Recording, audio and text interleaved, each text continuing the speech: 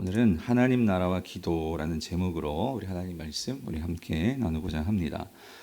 사랑하는 성도님들, 저희는 지난 주일까지 우리는 예수님께서 부활하시고 40일 동안 이 땅에 머무시면서 제자들에게 하나님 나라의 일을 말씀하시는 그 내용을 우리가 살펴보았습니다.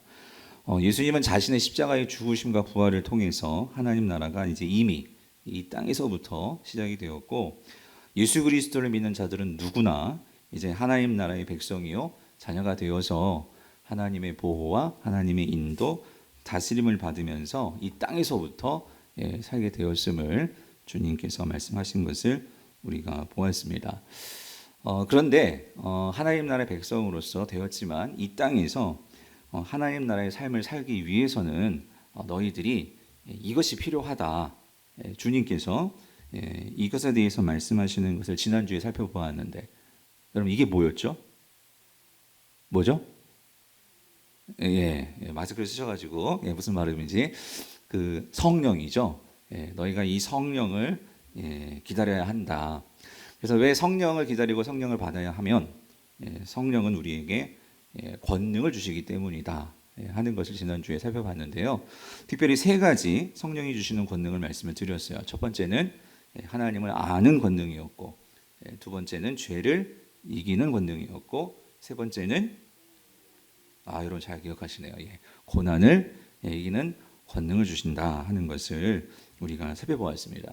그래서 우리가 이런 성령이 주시는 권능을 가지고 하나님 나라 백성들인 성도가 이 땅을 살아간다면 당연히 성도들의 삶은 세상 사람들의 삶과는 다르겠죠. 그렇기 때문에 그 권능을 가지고 살아가는 성도들을 통해서 무엇이 드러날까요? 하나님 나라가 드러나겠죠. 그리고 예수 그리스도가 진정한 왕이심이 세상에 밝히 드러나겠죠. 그래서 예수님은 이러한 삶을 사는 자들을 뭐라고 말씀하셨죠? 내 뭐다? 증인이다라고 예수님께서 말씀하셨죠.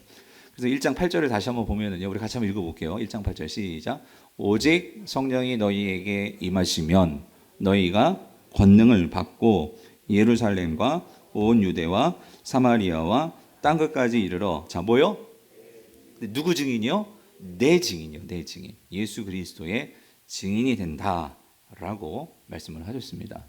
그래서 사도행전은 이 내 증인, 예수 그리스도의 증인의 삶을 살았던 성도들의 그 삶을 보여주는 이 역사적인 기록이 사도행전입니다. 그래서 예수님께서 이제 이 1장 8절 이 말씀을 하시고, 이제 예수님은 제자들이 보는 가운데서 승천하셨죠.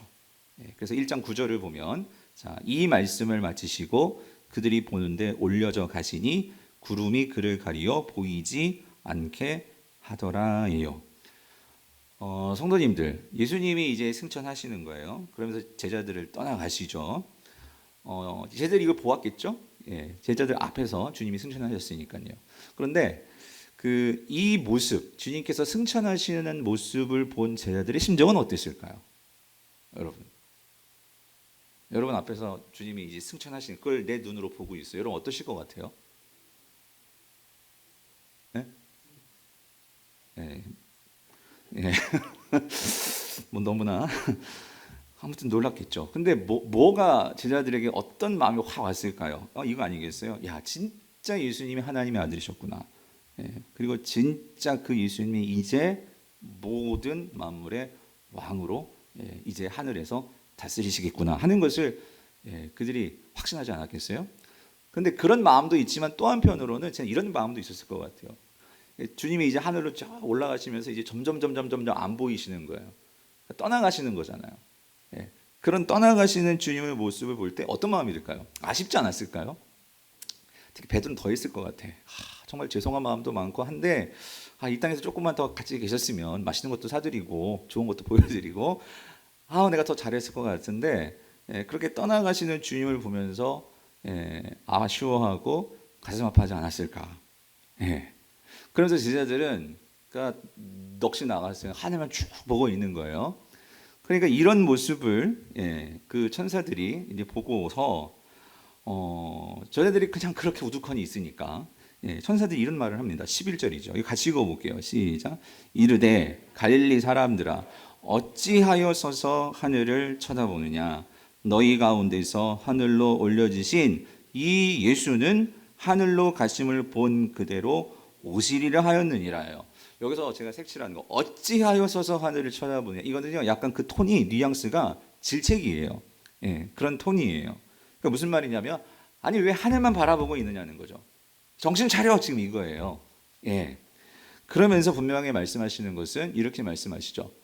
너희 가운데서 하늘로 올려지신 이 바로 예수님은 하늘로 가심을 본 그들을 어떻게 하신대요? 다시 오실 거야. 그러니까 이 말은 뭐냐면 너희들은 지금 예수님이 영영 떠나가가지고 안 오실 것처럼 그렇게 넉나간 듯이 그렇게 바라보고 있는데 아니라는 거죠. 그분은 반드시 다시 오실 건데 그렇기 때문에 너희들은 예수님이 하신 말씀을 잘 기억하고 예수님이 너희에게 맡기신 그 사명을 잘 감당하면서 주님을 뭐하라? 기다리라. 이 말씀을 하는 거죠. 그렇다면 여러분 예수님이 마지막으로 맡기셨던 그 당부의 말씀 주신 사명이 뭐예요? 뭐가 되어라? 내 증인이 되어라. 증인이 되어라. 주님께서는 이 사명을 주신 거예요. 그런데 여러분 이 사명이 제자들에게만 주신 것일까요? 아니죠. 오늘 저와 여러분들에게도 이 사명은 해당된다는 거예요. 왜일까요? 예수님이 아직 오시지 않았으니까. 예수님이 오시지 않았기 때문에 그것은 오늘 저와 여러분들에게도 이 사명이 있다는 거죠. 그러므로 예수님이 다시 오실 때까지 우리는 우리의 삶을 통해서 하나님 나라를 세상에 보여줄 수 있는 이 증인의 사명을 수행해야 합니다. 이 땅에서 하나님 나라의 삶으로 세상 사람들이 예수 그리스도가 왕 되심을 그들이 알 수 있도록 우리는 이 증인의 삶을 살아야 하는 것입니다. 자, 근데 예수님이 이제 떠나셨어요. 자, 떠나셨는데 그러면 이제 이 세상에는 누구가 남았냐면 제자들만 남았잖아요. 그러면 이 상황 속에서 그럼 제자들은 제일 먼저 한 일이 무엇일까? 여러분, 제자들은 무슨 일을 제일 먼저 하였을까요? 사실 오늘 이 질문의 해답이 오늘 설교의 가장 중요한 포인트입니다. 예수님이 떠나가시고 이제 하나님 나라는 시작이 되었는데 이 상황에서 제자들이 제일 먼저 한 일은 무엇일까? 그 답이 오늘 14절이에요. 14절. 우리 14절에 같이 한번 읽어볼게요. 시작. 예수들과 예수의 여자들과 예수의 어머니 마리아와 예수의 아우들과 더불어 마음을 같이하여 자 여기요 보죠. 오로지 기도에 힘쓰더라예요. 예. 제자들이 예수님이 떠나가신 후에 제일 먼저 한 것은 뭐였죠? 기도였다는 거예요. 예. 기도하기 시작했다는 거예요. 그러니까 예수님을 따랐던 여자들 그리고 예수님의 형제들 그들이 한 자리에 모여서 전심으로 오로지 기도하기 시작했다는 거죠. 근데 여러분, 그러니까 이들이 전심으로 어디에서 모여서 기도하기 시작했냐면 여러분 12절이에요. 12절을 보니까 제자들이 감람원이라 하는 산으로부터 자 어디로 돌아왔죠? 예루살렘으로 돌아온. 그러니까 예수님께 산에서 승천하셨는데 이들이 돌아온 곳은 어디죠? 예루살렘이었어요. 근데 여러분 왜 예루살렘으로 와야 되죠? 기억하시죠? 지난주? 왜? 예수님이 어디를 떠나지 말라고? 예루살렘을 떠나지 말라고 예수님이 말씀하셨잖아요. 근데 지난주에 우리가 살펴봤죠. 제자들에게 예루살렘은 어떤 곳이라고요? 실패의 자리이고 두려움의 자리이고 위험의 자리였단 말이에요. 근데 이 제자들이 그 주님의 말씀을 이제 순종해서 이 실패의 자리, 두려움의 자리, 이 위험의 자리 거기에서부터 이제 뭐가 시작이 돼요? 기도가 시작이 되었다라는 거예요. 사랑하는 성도님들, 여기 아주 중요한 우리 포인트가 있어요. 교훈이 있는데 그것은 뭐냐면 우리가 삶에서 맞닥뜨리는 이러한 실패의 자리, 절망의 자리, 두려움의 자리가 분명히 있어요. 그런데 그 자리는 성도에게 있어서는 뭐가 시작돼야 되는 자리라고요? 기도가 시작돼야 되는 자리라는 거. 여러분 꼭 기억하시기를 바랍니다. 왜냐하면 우리가 그 자리에서 기도할 때 우리의 그 실패의 자리, 절망의 자리, 두려움의 자리는 새로운 역사의 분기점이요 분수령이 될 수 있음을 보여주는 것이 이 사도행전이라는 거예요. 오늘 제자들이 그 실패의 자리, 두려움의 자리, 위험의 자리인 이 예루살렘에서 다락방에 모여서 그들이 전심으로 합심하여서 오로지 기도할 때 여러분 거기서 태동되는 게 뭐예요? 그게 바로 초대교회죠. 그리고 그들이 기도할 때에 하늘 문을 여시고 하나님께서 부어주시는 게 뭐였어요? 성령님이었죠. 그리고 그 성령을 통해서 어떤 역사가 일어나요? 부흥의 역사가 일어나기 시작했다라는 거예요. 그러므로 제자들이 오로지 기도할 때 그들에게는 놀라운 새로운 그런 시발점이 시작이 되었다는 것입니다. 그러므로 성도님들, 기도가 뭘까요? 기도는 하나님 나라를 살아가는 성도들에게는 이 땅과 하늘을 연결해 주는 어쩌면 영적인 파이프라인, 그것이 저는 기도라고 생각을 해요. 즉 하늘과 이 땅에 여러분이 그 기도라는 이 영적 파이프라인이 설치가 되면 우리는 하늘로부터 힘을 공급받죠. 예수님이 말씀하신 표현으로 의하면 성령의 권능을 우리가 얻게 될 수 있죠.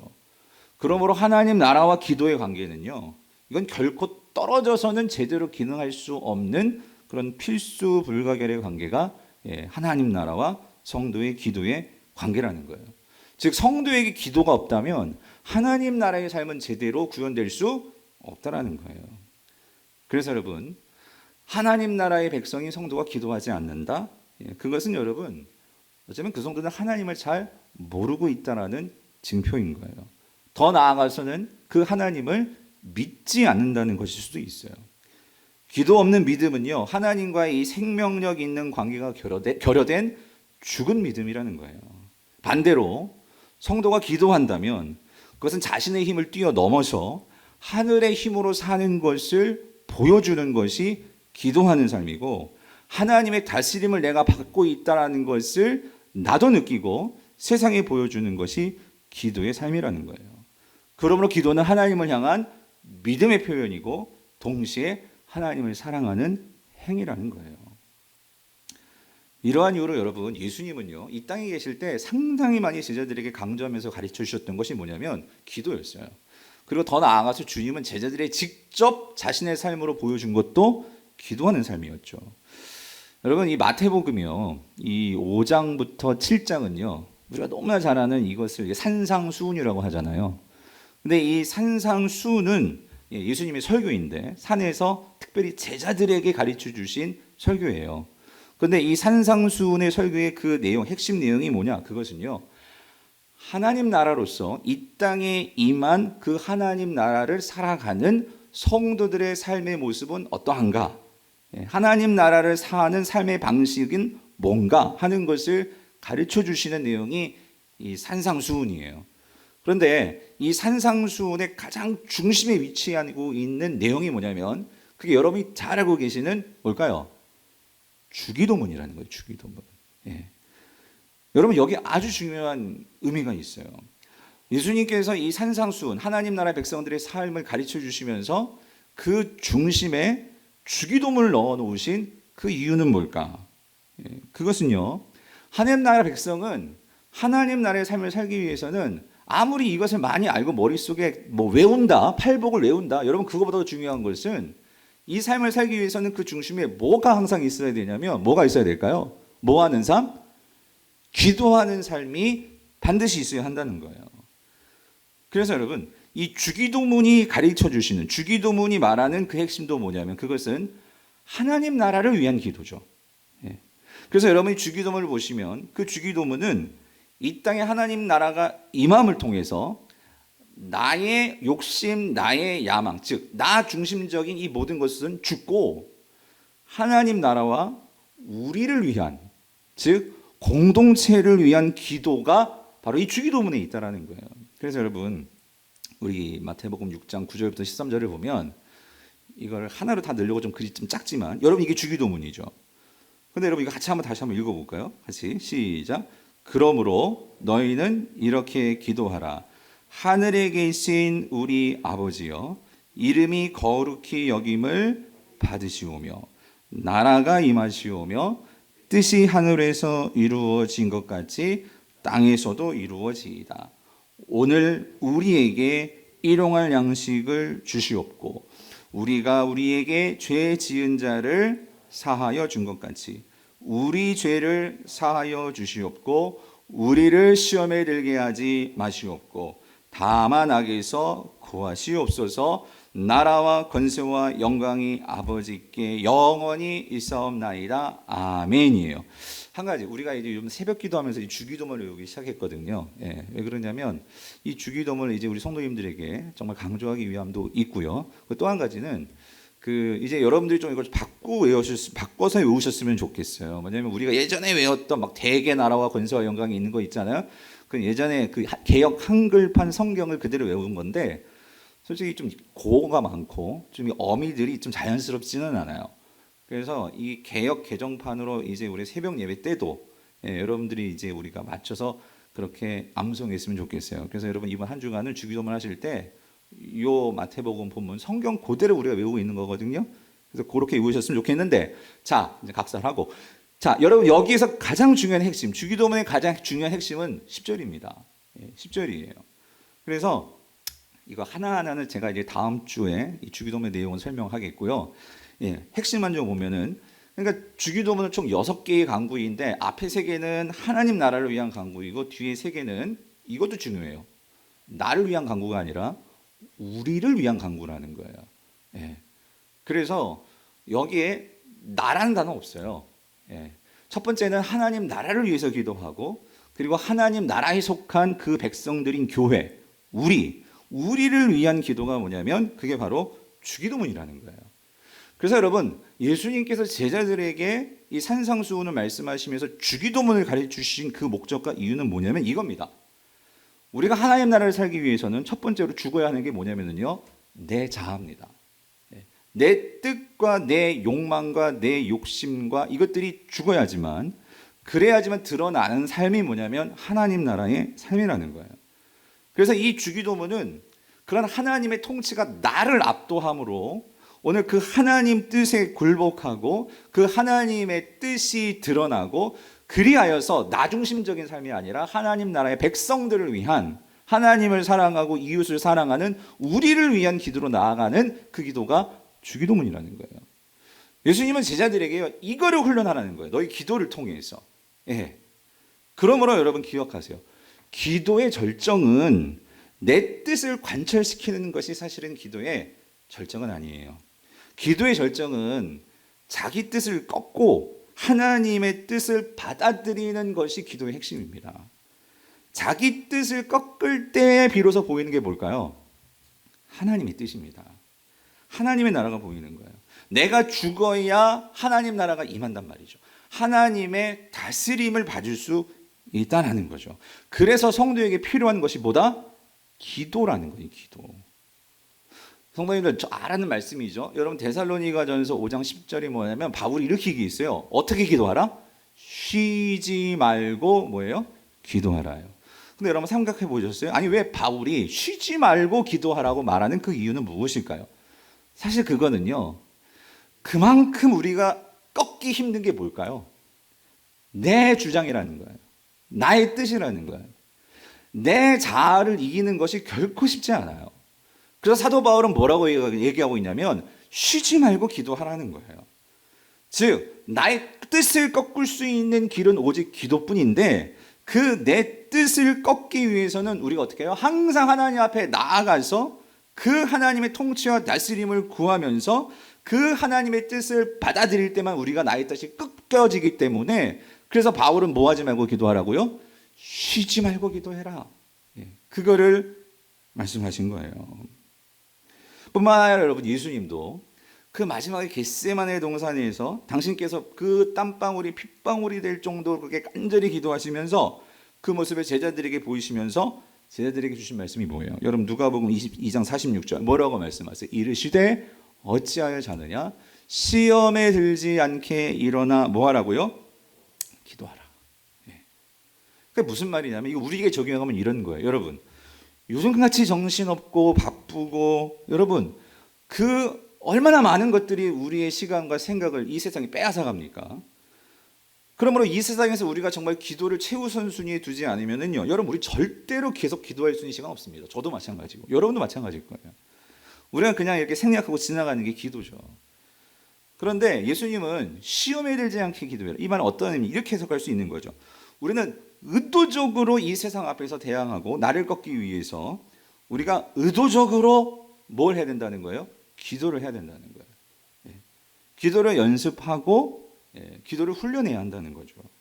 왜냐하면 여러분, 내가 이 기도에 익숙해지지 않으면은요, 우리는 결론이 뻔해요. 아니 당연해요. 뭐냐면 세상 방식으로 생각하고 세상 기준으로 결정하고 세상 관점으로 돌아가는 것이 너무나 당연하다는 거예요.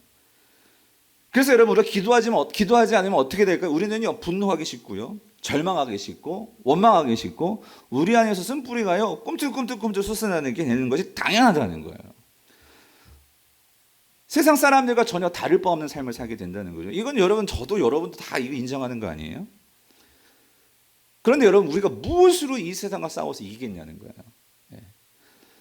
사실 여러분, 우리가 돈으로 싸워서 이기겠어요? 권력으로 싸워서 이기겠어요? 우리가 그렇게 세상 사람처럼 돈이 많은 것도 아니고 권력이 많은 것도 아니고 뭐 지식이나 학벌로 싸워서 이기겠어요? 여러분, 세상은 그런 것들로 싸움을 걸어오죠.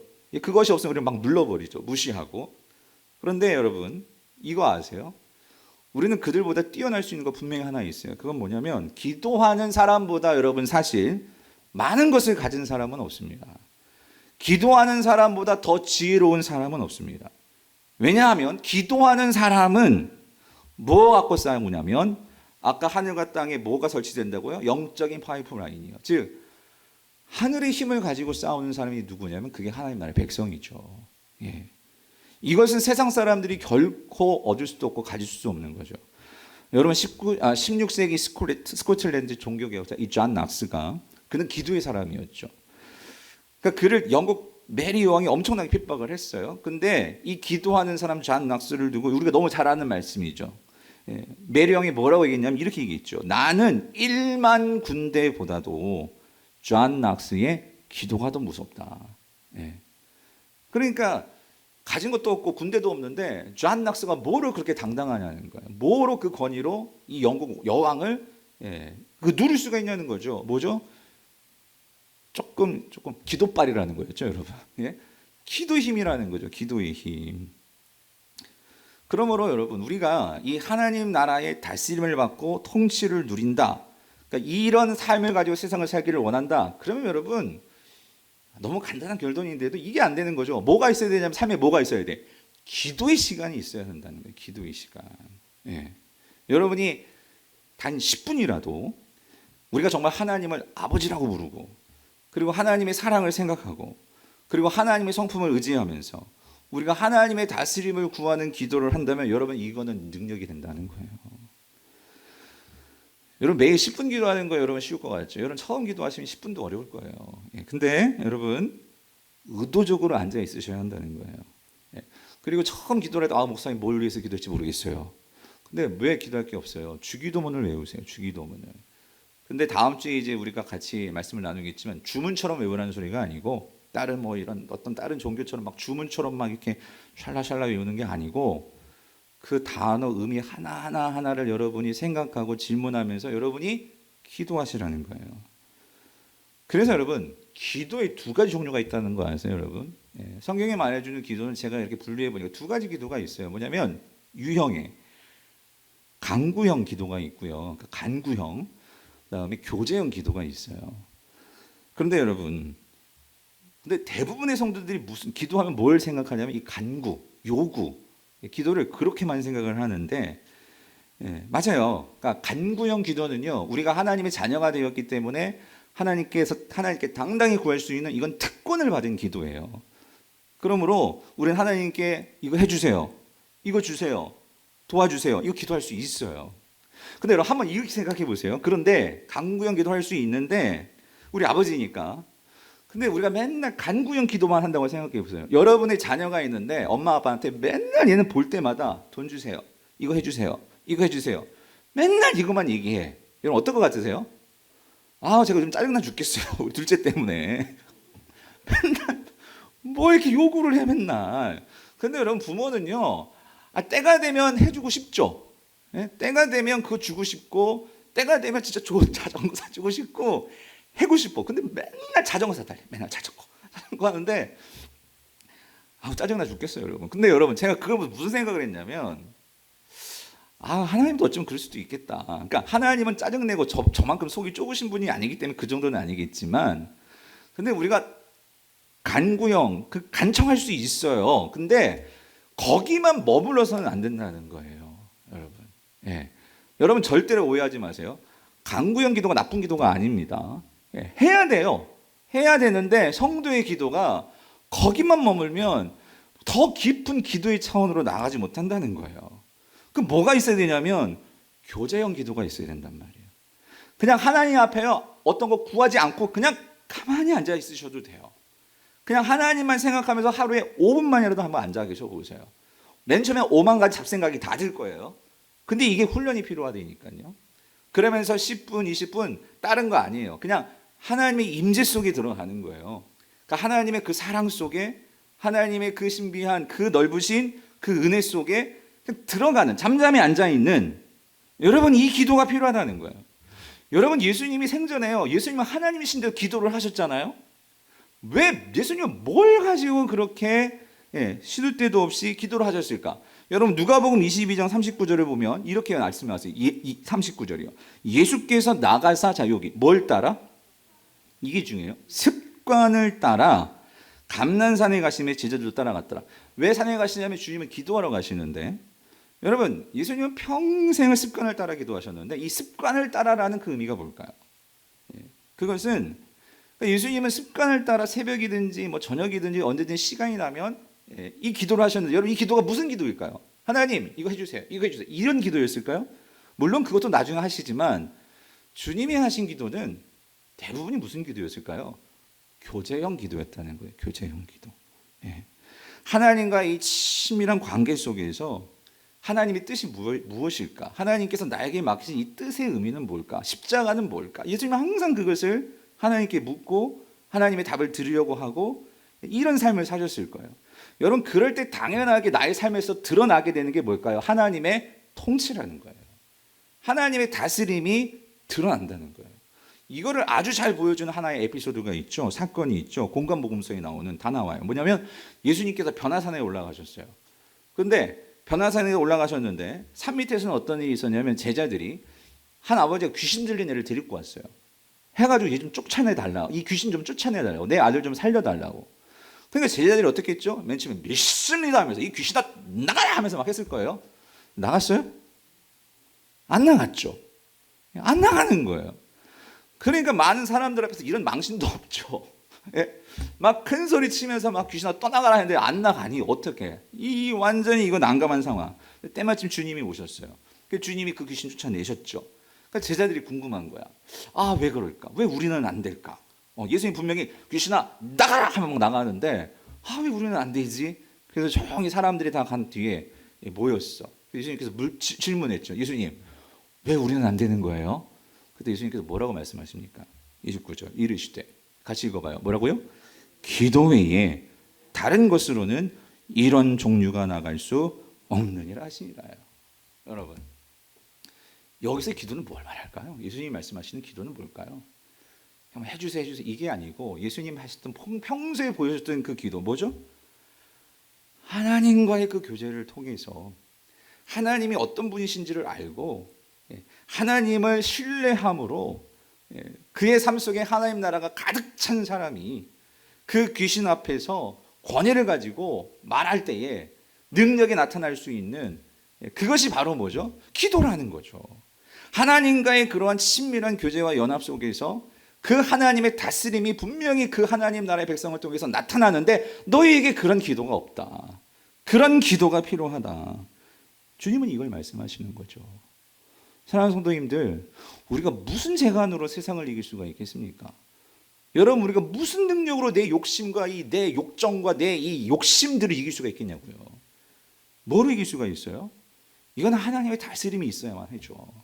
근데 그 하나님의 다스림을 구하며 하나님의 다스림을 받을 수 있는 것은 내가 누구와 친해져야 되는 거예요? 하나님과 친밀한 관계, 하나님과의 그 친밀한 그 교제가 있을 때에만 우리가 그 다스림을 내가 먼저 받고 그 다스림을 통해서 이제 어떻게 돼요? 세상 가운데 그런 통치가 드러날 수 있다라는 거죠.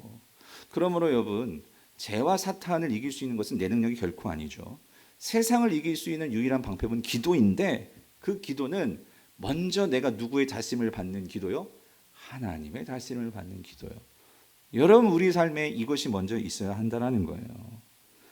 여러분 자기를 다스리는 비결은 다른 거 없어요. 내가 하나님의 다스림을 받을 줄 알아야 한다는 거예요. 결국 하나님의 다스림을 받는 자가 뭐도 다스릴 수 있을까요? 세상도 다스리는 거예요. 가정도 마찬가지죠. 여러분 자녀를 잘 다스리는 부모가 되기를 원하십니까? 여러분 그것은요, 내가 하나님께 잘 다스림을 받는 부모가 되면 되는 거예요. 아니 내가 하나님의 다스림을 받지도 않는데 어떻게 자녀들이 하나님의 다스림을 받겠습니까? 여러분 하나님께 내가 다스림을 잘 받는 자라면 그 사람은 교회도 당연히 잘 다스릴 수 있다는 거예요. 그래서 여러분 교회의 직분자의 자격 중 가장 중요한 게 뭘까요? 성경이 중요하게 여기는 것은요, 다스릴 수 있는 자다라고 말씀하시는데 그 의미는 무슨 의미냐면, 뭐가 전제로 된 거냐면 내가 가정도 잘 다스리고 교회도 잘 다스리기 위해서는 다스림을 경험해 봐야 돼. 근데 누구의 다스림?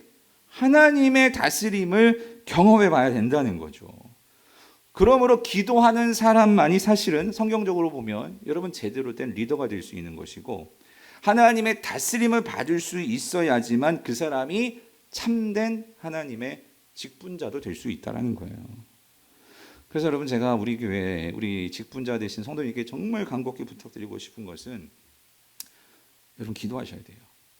적어도 직분자라면 하루 30분은 기도하시고, 중직자라면 정말 제가 타협하고 중직자라면 30분, 그냥 우리 서리 집사님 정도 되면 하루에 15분은 반드시 기도하셔야 됩니다.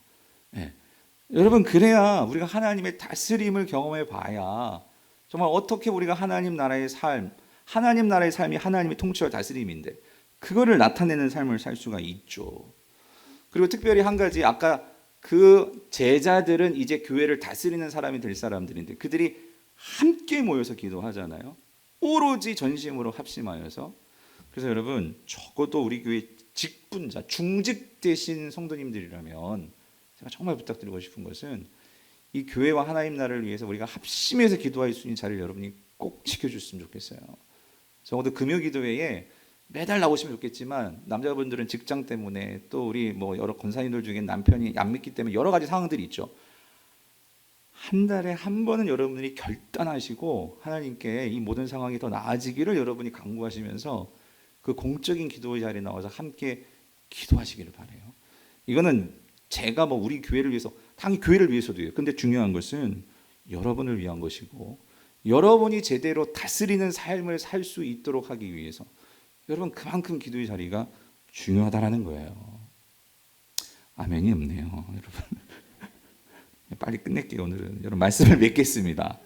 사랑하는 성도님들, 여러분 기도는요, 내가 성령으로 거듭났다는 것을 증명하는 게 기도예요. 하나님 나라의 백성이 되었다는 것을 분명히 드러내는 게 우리가 기도하는 삶이라는 거예요.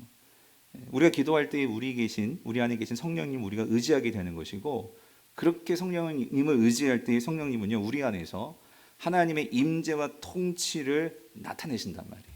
그럴 때 뭐가 변해요? 우리가 그 통치와 다스림을 받으니까 우리의 인격이 변하고 우리의 말이 변하고 우리의 삶의 모습이 당연히 변화되는 거죠.